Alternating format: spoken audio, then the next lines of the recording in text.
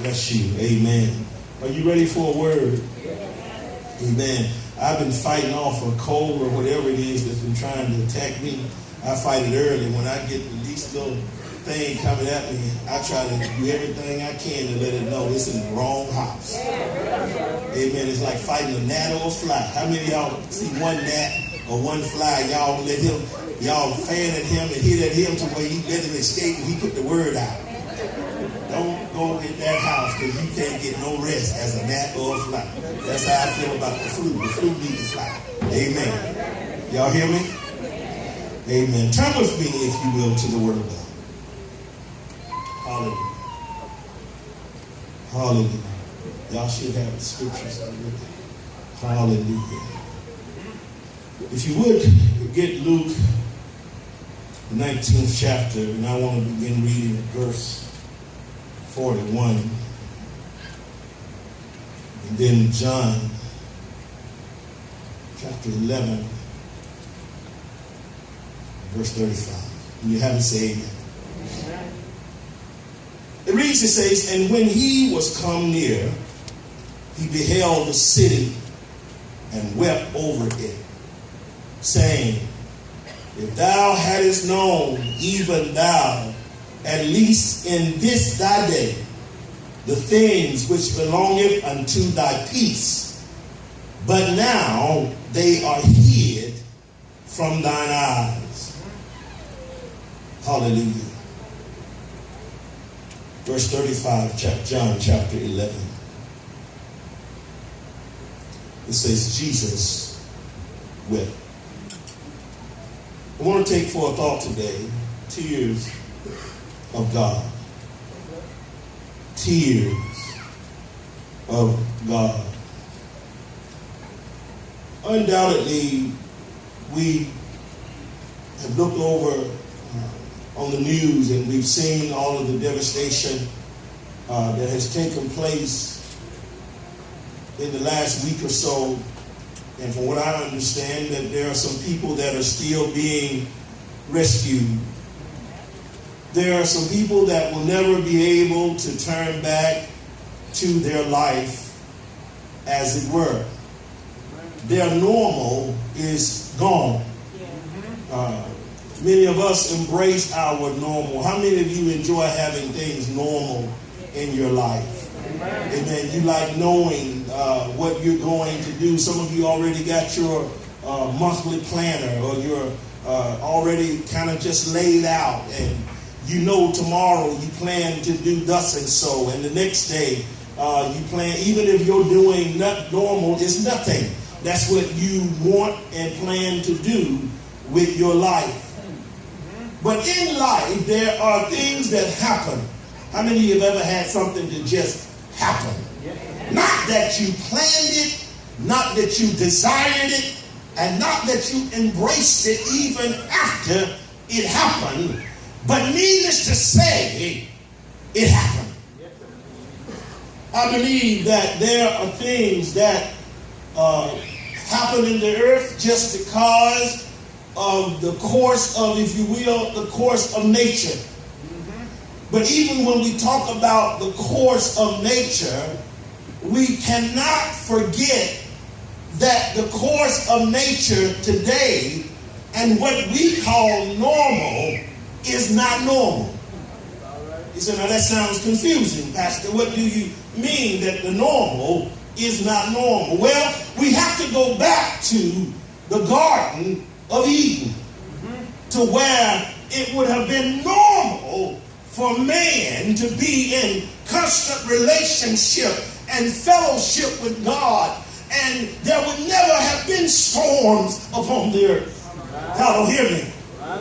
The earth did not even bring forth thistle and briars and stickers. Now, if you find a good blackberry patch, or if you jump in the fence like I'm confessing, the Bible says, confess your fault, preacher, and say if you confess your fault and pray for one another that you'll be forgiven. I need to be forgiven for getting in other folks' yards, stealing their California prom when I was a boy. But even in doing it, I had to be careful, because even while I was reaching for that plum, it has a thorn that's in there now that could get you. That wasn't normal, because the thorns came after the fall of man. Oh, y'all don't hear what I'm saying? So when we look at normal, what we have come to know as normal, it's not normal. The Bible says that all of creation groaned for the manifestation of the sons of God. God saying that the earth is groaning, that the earth knows that it is out of whack. The earth knows that things are not the way it's supposed to be. Our weather and things are all upset because of man and his sins. Even when we consider the flood in Noah's day, the Bible says that the earth was watered from beneath. God just kind of let water spring up in their lives. It was normal for them to go out and whereas the pool may have gotten a little low, all of a sudden it came back into balance. Where the grass, you wouldn't have to worry about watering your grass and paying those exorbitant water bills, because it would just water from beneath and it will flourish. But look at what's going on today. Everything cost us something. Y'all hear what I'm saying? But even then, because of the sin of man and his behavior, it had gotten into the nostrils of God. And brother, if I could just say it this way, it brought tears to the eyes of God, and God let it rain. Y'all don't hear me? He let it rain upon the earth for 40 days, 40 nights, until the sin of man became more conscientious of his sin. There are times, I believe, that when we as humans, we get to the point to where we are no longer sin conscious. Y'all don't hear me? No longer sin conscious. I pity our young people today. I pity our young people because the enemy on every street corner, on every hand, at every nook and cranny, he has placed something there in order to null or to dumb down your consciousness as it pertains to sin. Didn't I just tell you a few minutes ago that the more you rub against something, it creates a callus. And the more callous you become, the less feeling you have. Look at what's happening today in television programming. There was a time in our television programming, I can remember back when they did the Cross Your Heart Bra commercial. The controversy was, what hour can they put it on television in order for it to be not so offensive to the children or to that audience that would think that it would be offensive? Baby, wouldn't we welcome the days to where the consciousness of America was so guided by the principles of God to where it would think so deeply into what would be offensive, and that they would withhold those things that would be an offense, not only to the young folk today. Y'all better put the old folk to bed. Some stuff make me cringe. And I feel myself kind of middle-aged. When you look at it, but now, what the programming is doing and the challenge that we are met with as the people of God is that we must maintain a standard. We must maintain a standard. Some of the people that you herald and that you think very highly of, I was telling somebody the other day that all they're doing is pushing a demonic agenda. Y'all hear me? Some of those sitcoms that we love to sit down and get in front of, and we say, oh, they is good. I can't wait till it come on next week. But the truth of the matter is that they are pushing an agenda. It would be a good sitcom without Harry and Steve sleeping together. But they got to hook up Harry and Steve so that it becomes a doctrine. What do you mean? The more you see it, the more acceptable it becomes. They're pushing an agenda. They are pushing it in. And see, for some of us gray hair or no hair folk, they can't get us, but they ain't after you. Not after you. See, that's why you can stick your chest out and say, I don't let it bother me. Well, you don't have to let it bother you, but it should bother you because it bothers the God that you serve, and it should bother you because it'll bother your inheritance. So they push their agenda. And what happens is that today our children see what we saw as being absolutely abnormal. It has worked its way into their mindset as being their norm. The devil is a lie. See, there has to be somebody that will blow the trumpet in Zion. There has to be somebody that will sound the alarm and say, the devil is a lie, but God I'll live.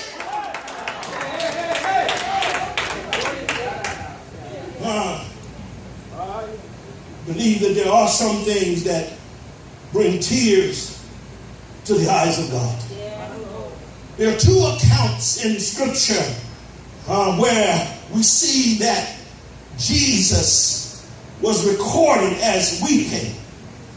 I believe that he had more private time weeping. You say, why would you say that, Pastor, if it's only recorded twice? And I read you the two verses where it's recorded. But the prophet Isaiah said that he was going to bear our sorrows, that he was a man that was going to be acquainted with grief. If you know anything about that, you realize that when you grieve over some things, sometimes the only expression that you can have without you even trying is when tears begin to flow from your eyes. I looked at what they said about tears. They said that tears are a pain reliever. Some of you have cried before. You realize that in your sobbing, and no matter how devastating the event may have been that made you cry, it was when you got a good cry in. It's when you begin to feel some measure of relief coming over you. But there's a difference, I believe, in when I cry than when God cries. The thing about that brings tears to the eyes of God in my crying, in my weeping, is because things may have gone beyond my ability to reach them. Things may have gotten out of hand for me. Something could have impacted me so much to what I feel that it's humanly impossible for me to carry this burden. So the only thing left for me is for my soul to be squeezed and tears begin to flow from my eyes. But it's something else that when there are tears in the eyes of God, I believe that tears in God's eyes, it is not because he doesn't have the ability to do anything, but he asked the question, is my arm short to where I cannot save? He even asked the question, can my word return unto me void? But then he answers it and says, but it shall accomplish that I send it to do. So when tears are in our God's eyes, it is not because of any weakness. It is not because he's not able.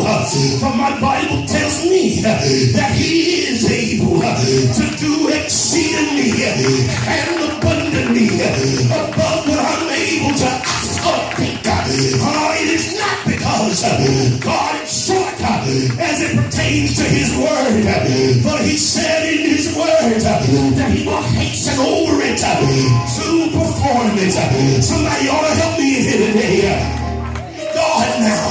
So why is it that there would be tears in the eyes of God? I believe it's when his prized possession, the one that he molded from the girth of the earth, that he shaped and molded old. And the Bible says that he blew into man the breath of life. What is it that you did, God? You see, if it's something in me, and if I blow it in you, I'm going to put my DNA on you. If I blow into you, I'm going to put my life in you. But bring tears to God's eyes. He said, those are my people. The angels even said, God, you see they're messed up. You see they didn't keep your first commandment. He said, who is man that thou art mindful of him? The Son of Man that thou would visit him. God says, the earth is mine and the fullness thereof, and they that dwell therein. Yes, God. Yes, God. But what makes him, what put tears in the eyes of God, it is when man, it is when his prized creation, the one that he made just a little bit lower than the angels, refuse to trust him. The one that he made a little bit lower than the angel, refuse to obey him. It's the one that God said, thou art mine. It's when they refuse to do what it said, it brings tears. It brings tears. Tears to the eyes of God. Here we find Jesus. If I could digress into our text in Luke 19, verse 39. He says, and some of the Pharisees from among the multitude said unto him, Master, rebuke thy disciples. And he answered and said unto them, I tell you that if these should hold their peace, he said the stones would immediately cry out. We live in a society today where God is looking for his disciples to make a noise in the earth. I can't get no help in here. I said he's looking for his disciples to praise him in spite of. There are always going to be the critics. There are always going to be those that are going to try to shut you down. They're always going to start another narrative, a narrative that will lead you off the right path. But David said this. He said, I'm not going to get on the wrong path. He said, I don't care how bad things get for me. I'm going to always be his disciple. And he cried out in the 23rd Psalm. He said, the Lord is my shepherd, and I shall not want. He leadeth me beside the still waters, and he bestowed. Y'all ain't gonna let me preach. See, if you're gonna follow God, you're gonna find yourself in some valleys, but even in the valleys, gotta be in your valley. Even in your midnight, gotta show up in your midnight. Somebody ought to say it. Oh, he said this. He said, he said, I tell you that if these should hold their peace, that the stone would immediately cry out. And when he was come near and beheld the city and wept over it. Now why would Jesus, based on the text, come to this place and begin to weep over it? I believe it was because Jesus knew the heart of the city. You see, God knows the heart of America. Don't think that he don't. You see, we can be all right in our corner, but what God looks at is the whole nation. And if you look at this nation is really not pleasing unto God. There is a slogan going around saying, make America great again. Well, I want to talk about that because Because if we make America like it used to be, God's going to keep on shedding his tears. You can't make America great like you want to make it great. Because see, America has never been fair. America has never had equality. If you look at even today, they are talking about let's build a wall. I don't know if you know it or not, but it's God that separated the light from darkness. It was God that separated. Y'all ain't gonna let me preach. It was God that separated the wind. Y'all ain't gonna hear me. It was God that moved on the face of the deep. If God wanted a wall, he would put a mountain there. But God didn't want a wall. It's God that establishes borders and knows who's gonna live within them. But man, in his arrogance, we've gotten to the point to where we think we can do like we want to do. We can divide like we want to divide. But God says, I don't like an unjust balance. In other words, if your judgment is wrong, God said, don't make me cry. When God weeps, things begin to happen. Look at what the storm was. They was going to spend billions of dollars talking about building a wall. When God finished weeping, they got to now take that money and rebuild lives. Look at God. God has a way of finding his people no matter where they are. God has a way of turning things around. If God be for you, who can be against you? Somebody say yeah. Look at God. You say, well, Pastor, it's a devastating thing. People lost their lives. Whenever righteousness has to be stood for, there's always going to be some sacrifice. There is never going to be any deliverance without there being some sacrifice. Y'all ain't gonna let me preach. It has to be this way. Y'all got to open up your eyes. The Bible says that there will come a time when it will be the beginning of sorrows. When the time comes on the earth with pestilence and famines, there'll be wars and rumors of wars. Look at the papers. If you won't read the Bible, read your paper. But if you read the Bible, you can leave the paper at the newsstand. God wrote yesterday's news. He wrote tomorrow's news on yesterday. I wish I could preach to somebody. Tell somebody, the God that I serve, he's the only, the true and living God. Somebody say yeah.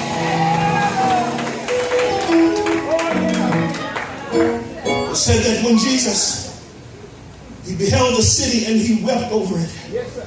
He wept over it because of the condition of the heart of the men. But even more so, it was the condition of the heart of men and the leadership that they were under. Let that soak in. That's all right.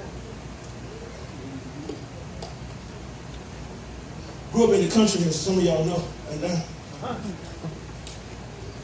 they raised dogs, beagles, hunting dogs. The first thing that any good hunter would tell you, I don't want my dog running no junk. So what's junk? Is anything he don't want his dog to run. So what he would do is he would take his young dog and put his young dog with the old dog. Because the old dog has been through enough with his master to know don't run no junk. Amen. So when the young dog starts following the old dog, he begins to do what the old dog does, trusting that he's going to get it right, because the master seems to be pleased with the old dog. The Bible says, mark the perfect man. In other words, we need some men and women of God today that's been following the master long enough that when this new jump comes up, they won't follow no jump.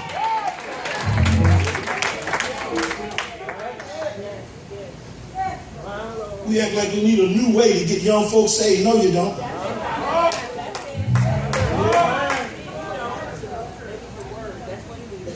So bring all kind of mess into the church.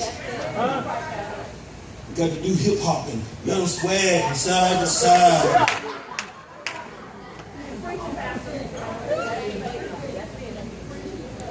I can't tell the difference in them and the dog that's running jump. Barking the same. When you learn about coon dogs, they got a distinctive bark. Did you say you don't know nothing about that? I know you don't. They got a bark when they're running, and they got a bark when they done treat. I don't know nothing about that. The Bible said that he that has an ear to hear. We listen to anything because all we just want to know, oh, they barking, honey, they bark good over there tonight. They bark like I ain't never heard. Like they tree? Or was they barking on an empty tree? Some of them barking on an empty tree. There ain't nothing in the tree. Thus, there ain't nothing in the bark of the dog. That will help somebody. By Tuesday, they're going to say, oh, let's see what the pastor is talking about. Listen to this. He says, saying, if thou had known, even thou, at least in this day, the things which belongeth unto thy peace, but now they are hid from thine eyes. For the day shall come upon thee, that thine enemy shall cast a trench round about thee, and compass thee round, and keep thee in on every side, and shall lay thee even with the ground, and thy children within thee. And they shall not leave in thee one stone upon another, because thou knewest not the time of thy visitation. Didn't know the time of our visitation. See, we'll look and gaze upon disaster and see it through the eyes of the world. What if it's the day that God gets our attention and say, this is your visitation, to bring the church to a place of humbling itself, to where the church would begin to cry out to God for mercy. The church would begin to cry out.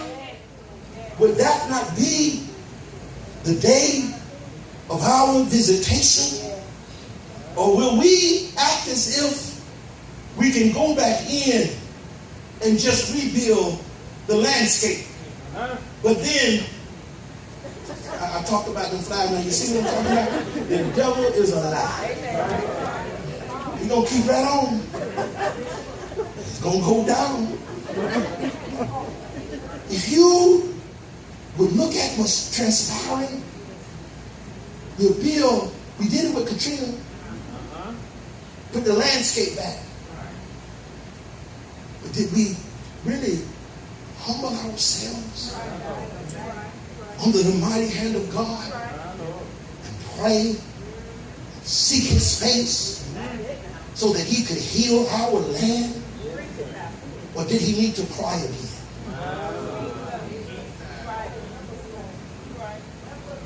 Did he need to release his tears again? I remember when, y'all remember the Titanic was supposed to be one of the greatest seafaring vessels that there was, and declared by the owners to be unsinkable. And they had the audacity, the unmitigated gall to say that God can't sink the Titanic. Believe that the Lord just told Gabriel, bring me a glass of water and put me an ice cube in it. While they were out there in God's glass of water, they went into one of God's ice cubes. And the Titanic went down. It would behoove you to stand in awe of an almighty God. But man, his arrogance today, and this is what happened to that city. When Jesus looked over the city, he saw them in their arrogance. Even their religious leaders, the scribes and the Pharisees and the Sadducees, and there was a third one called the Enisees, however you pronounce it. It was three groups, but the ones that you're probably more biblically familiar with are the Pharisees and the Sadducees. And could none of them sleep.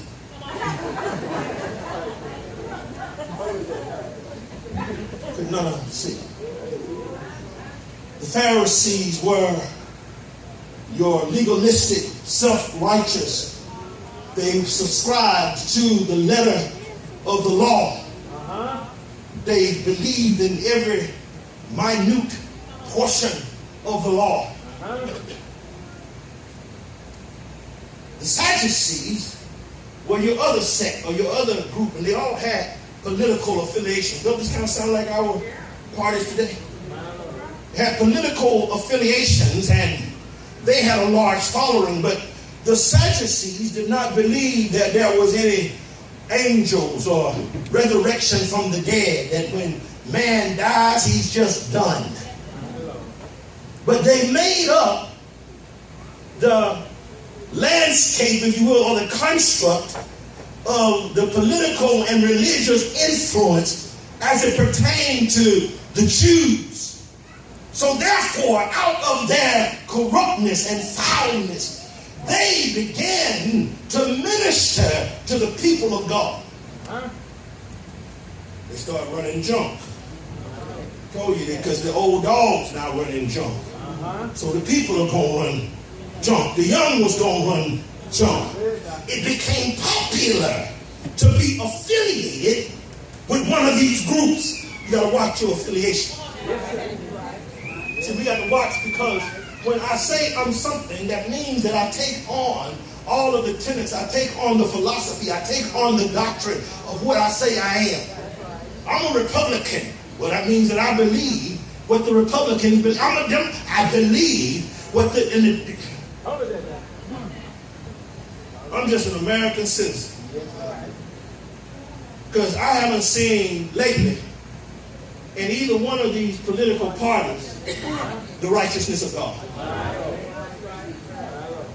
Y'all hear me? The Republicans used to uphold themselves as being the moral majority. They had it all together because